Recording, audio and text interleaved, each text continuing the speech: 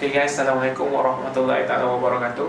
So hari ni kita nak share macam mana kita nak guna speed light ni secara basic dia lah. Okay, so speed light ni sebenarnya dia ada beberapa kaedah ataupun cara macam ni. Contohnya kita nak tembak speed light ni macam mana? Kita nak tembak dia ke depan macam ni kan? Ataupun kita nak tembak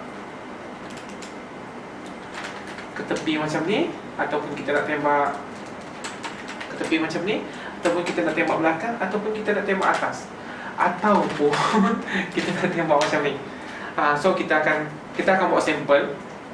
Ini subjek kita sebab PKP kan, so kita tak ada subjek orang betul lah. So kita guna nak patung. So kita akan cuba satu persatu macam mana dalam kedudukan speed light yang macam mana kita akan tengok macam mana cahaya dia. Boleh kan? Boleh follow? Okay, kalau tak faham nanti boleh komen kat bawah macam mana. Okay, ini adalah gambaran kita. Okay, kita cuba. Dan hasil dia macam ni. So ini adalah subjek kita bila gelap. Ini adalah subjek kita bila gelap. Kita try zoom. Okay. So bila kita shoot, bila speed light kita ke atas, kita shoot. So ini hasil dia. Kenapa kita bila tembak ke atas, kat belah bawah ni, kat belah bawah ni dia gelap sikit? Sebab bila kita bounce ke atas, dia pantul ke atas dan dia direct daripada atas ke bawah. So belah bawah ni jadi shadow. So kita try pula ke sini. Kita buat 60 degree. Okay, bila kita buat macam ni, cahaya sebelah sini je. Cahaya dia sebelah sini je, sebelah kanan patung ni. So kat sini dia gelap sikit. Okay, kat sini dia gelap sikit. Kita buat ke depan pula. Okay, kat atas dia terang, kat bawah dia gelap. Tengok, kat sini pun dia masih gelap lagi. Kat atas dia terang. Kalau kita buat macam gini, okay, yang ni okay sikit.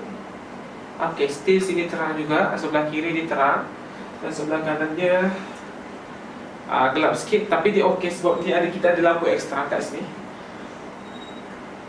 Dan bila kita buat speed light ke belakang, dan mostly bila saya shoot pengantin atau wedding apa semua, saya biasa saya shoot kalau guna single speed light lah. Speed light saya akan kedudukan macam ni. Tengok pada pelamin lah. Kalau pada jarak yang sesuai, speed light saya akan jarak macam ni. Dan power kena lebih sikit lah.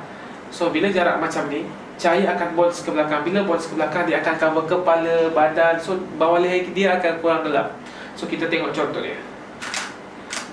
Okay, macam ni, nice. So kita boleh compare gambar gelap terang, gelap terang. Okay, ini antara contoh gambar dia. So kita boleh nampak secara detail dia. Okay, kita tengok pada I1 ni, pada bear ni. So dia punya perut tu terang. Dia punya bawah dagu pun terang. Kita boleh tengok pada unicorn ni, dia pun terang juga. Bawah ni pun sikit je gelap. Dia ada gelap tapi sikit. So okay, macam ni. So ini adalah yang selalu saya guna lah. Kedudukan speed light yang selalu saya guna bila saya shoot untuk wedding. So senang je kita nak faham tentang speed light ni. Kita kena faham kedudukan subjek kita. Kita kena faham light tu, cahaya tu daripada mana, dia pantul ke mana. So kalau macam ni daripada belakang, dia akan pantul balik ke depan. Separuhnya akan ke belakang, separuhnya akan ke depan. Okay, bila kedudukan speed light kita strike macam ni. Okay, boleh ke tak boleh? Sebenarnya boleh, tapi dengan jarak yang sesuai. Bila terlalu rapat, cahaya akan bounce ke atas. Bila dia ke bawah, dia jatuh bawah kepala. Bila jatuh bawah kepala, cahaya sebelah sini akan jadi gelap, sebelah leher pengantin akan jadi gelap. So bila jadi macam ni, kita nak cover balik belah bawah ni supaya dia terang. Kita kena buat kita naikkan white card. White card tu macam mana? White card tu macam gini. Okay, cuba kita try. Kita tengok asli macam mana. Yes, beza tak tadi dengan yang ni. Okay, yang ini dia cantik sikit. Dia terang, atas terang, bawah pun dia terang, dia cover. Okay, ini fungsi wildcard sebenarnya. Bila kita shoot, kita bounce ke atas, bila depan tu gelap, biasanya orang yang bawah leher lah, biasanya bila kita shoot subjek, kita nak cover supaya bawah ni terang, so kita akan cover dengan wildcard. Ataupun ke atas tu warna gelap, kita tak boleh nak bounce kita punya cahaya, so bila kita tak boleh bounce kita cahaya, kita akan pakai yang ni. Kita akan pakai wildcard.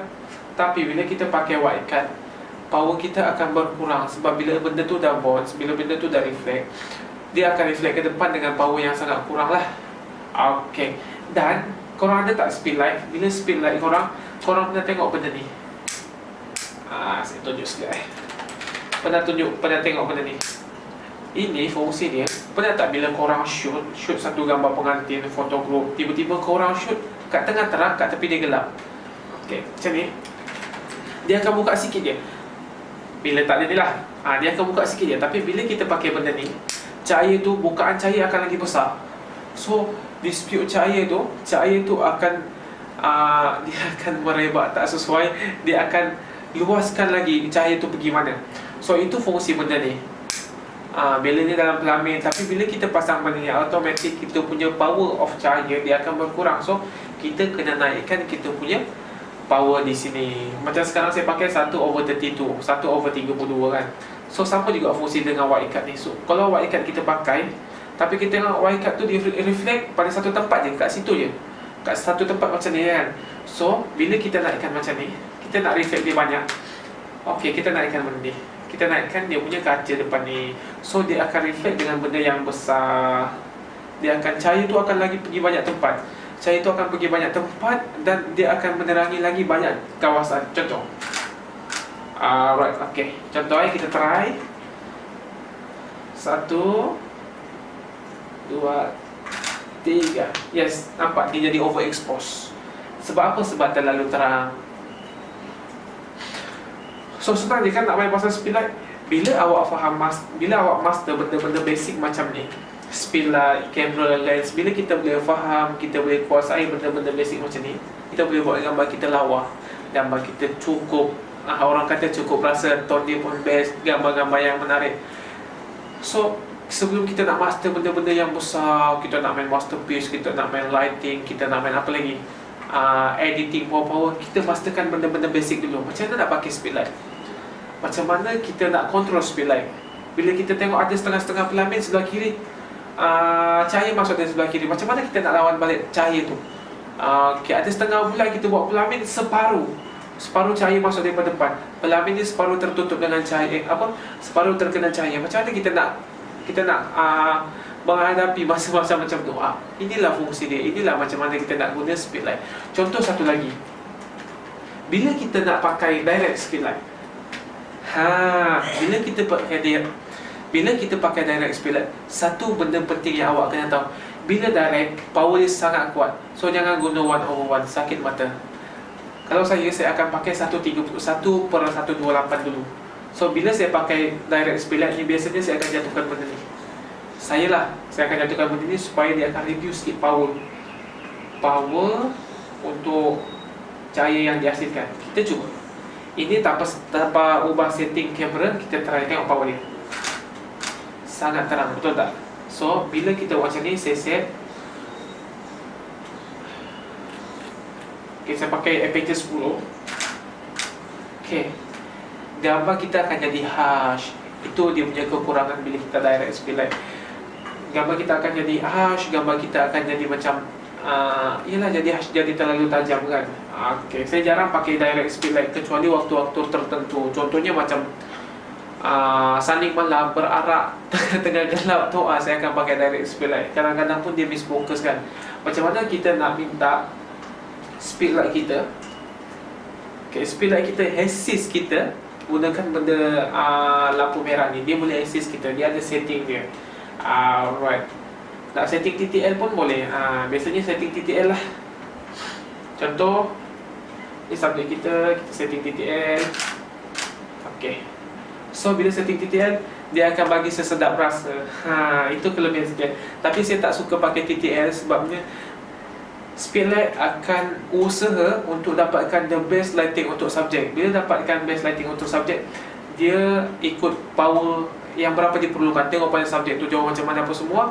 Dan bateri kita sangat-sangat cepat habis. So saya jarang pakai TTL. Okay guys, itu saja pasal speed light. Mungkin kalau ada apa-apa soalan boleh tinggalkan kat bawah komen. Nanti kita akan bincangkan pada tajuk-tajuk yang seterusnya. Okay guys, jangan lupa subscribe, follow dan like saya punya channel. Assalamualaikum warahmatullahi wabarakatuh.